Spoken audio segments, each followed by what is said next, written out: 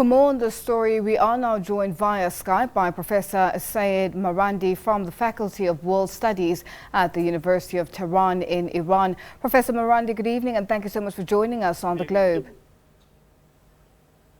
Thank you for having me. Now, Prof, President Rouhani is stating that a war with Iran is the mother of all wars. What's your take on this statement and the message that's being sent across by Iranian's President Hassan Rouhani? Iranians don't take the threat of war seriously because they believe the United States recognizes that the gas and oil facilities in the Persian Gulf region are completely vulnerable, and so are all the tankers and the ships. And that the issue really isn't the Strait of Hormuz. The issue is that if there is any fighting, all of these will be destroyed. Countries like Saudi Arabia and the Emirates are completely vulnerable. They probably wouldn't last.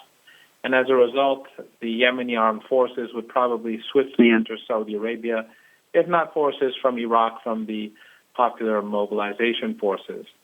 So the Americans recognize that the slightest attack or the slightest wrong move could lead to a very large regional war.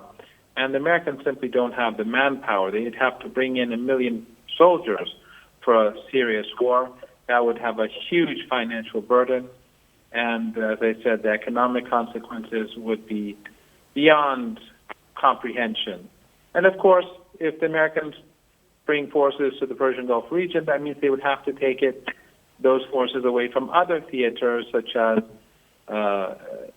East Asia, which would give China a free hand to deal with Taiwan, and in Europe, and the Russians would be able to more easily deal with issues such as eastern Ukraine.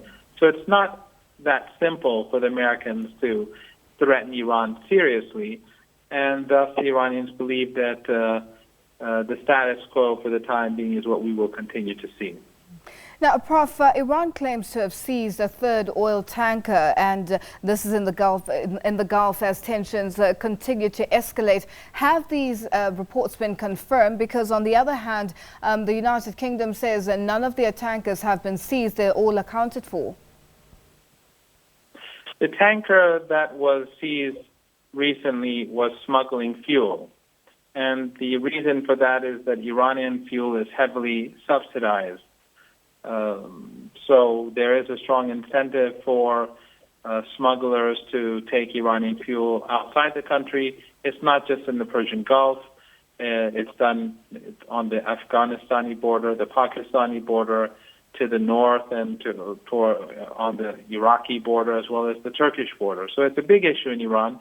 And ever since the rial's value declined last year because of the U.S. economic warfare against Iranians, the Iranian government kept the already subsidized fuel, their prices stable. So the subsidy even became greater and created a greater incentive for smuggling. So it's become a big issue that Iranian armed forces are helping the police. And the reason why this tanker was stopped was that it was indeed smuggling Iranian fuel to countries on the other side of the Persian Gulf.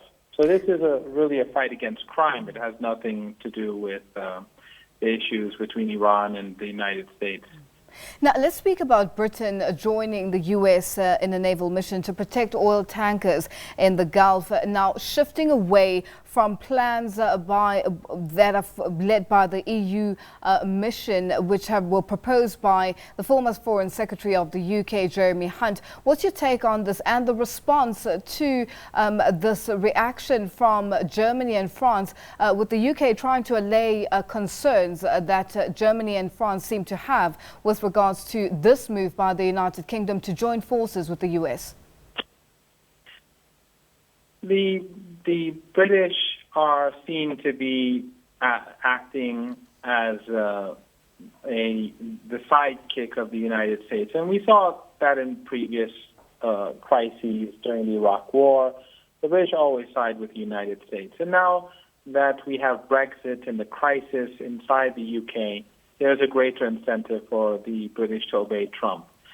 On the other hand, the British really doesn't. They don't have an important navy, and their navy is not a threat to Iran. In fact, the whole of the European Union doesn't have much of a navy. One of the grievances that Trump always speaks about is the fact that the Europeans don't pay for their defenses and they rely on the United States.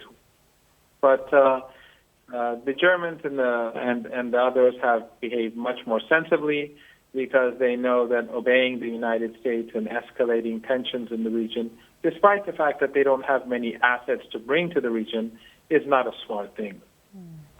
Now, Prof, let's speak about the Iranian Parliament Speaker, Ali Larijani, who warned that all U.S. bases in the region are within range of Iranian airstrike if war were to break out. Is this sending a message to state that as and when you feel you want to come through an attack, we will be ready? Yes, I think that is a very clear indication of Iranian preparedness for any sort of violence. But I think that one of the most important things that the Americans have to keep in mind is that if there is an American attack, those countries that help the United States would be the first victims. So the United Arab Emirates, for example, if there is any fighting taking place between the United States and Iran, they will pay the ultimate price, because they are helping the United States in engaging not only in economic warfare today, but American planes, American fighters, American drones take off from their airspace. So they would be extremely vulnerable. So Iran would not only retaliate against American bases across the region, but they would retaliate against those regimes that are helping the United States. And the United Arab Emirates, for example, is not a regime that would last very long under such circumstances. And we have to keep in mind that the Iranian military installations have been prepared, or the Iranians have been preparing for such a potential eventuality ever since the illegal 2003 war. They've been building underground military installations all across the Persian Gulf, the Gulf of Oman, and the Strait of Hormuz, and on the different islands.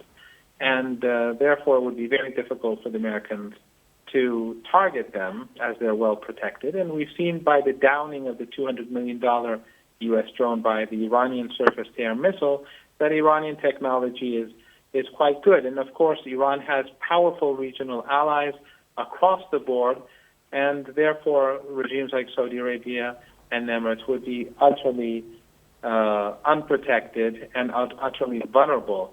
And therefore, the Iranians, by expressing these threats to the United States, they're basically creating an atmosphere where the Americans become more wary about their actions. In other words, the Iranians don't want war, but they prepare themselves for war in order to make sure it doesn't happen. Professor Marandi, what do you think that the message sent through or coming across after one of the architects of the bin Laden raid, who says that he doubts President Donald Trump's account of why he called off the Iran strikes at the last minute? And this is retired Admiral William McRaven, who was a former Navy SEAL, and he's the one who led the U.S. Joint Special Operations Command from 2011 to 2014 in the U.S. What do you think that impact of his statement sends out to the rest of the global leaders?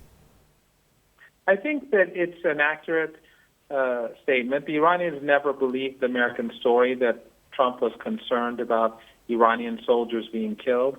Trump is engaging in economic warfare right now against Iranian women and children. He has no interest in sparing lives.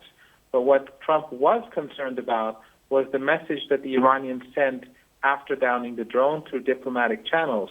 And they warned the United States that even a small attack by the regime in Washington would have a very disproportionate and relentless response. So the Iranians were basically saying, you fire one shot at us and we'll fire 10 back at you and those countries that are aiding you.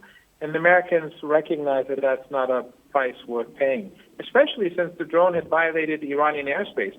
I mean, it's outrageous that Americans would want to attack Iran for defending their own territory, but that's how the United States and that's how Europeans really behave in the world that we live in. Do you think, Prof, very quickly, just in wrapping up, do you think that at some point in time in the near future we are going to see some sort of resolution coming forth with regards to, the West and Iran? It's difficult to say because the Europeans oppose Trump's policies, but they're very cowardly, they are spineless, and they've so far shown themselves to be incapable of reacting or standing up to Trump. On the other hand, Trump's maximum pressure campaign has failed. The Iranian economy has not collapsed, and that shows the limits of American power. And after that, the Americans started trying to hijack Iranian supertankers, and through the Iranian response and retaliating and taking tankers also, that stopped the Americans from continuing the tanker war. So the United States really has reached a dead end. But the problem is that through this maximum pressure campaign, the Americans have not prepared an exit strategy.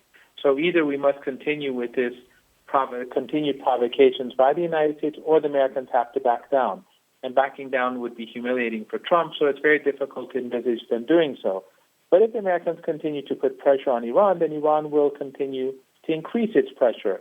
And we already see the United Arab Emirates changing policy out of fear and concern, and they are speaking about pulling out of Yemen. So instead of Iran blinking, it's U.S. allies that are blinking.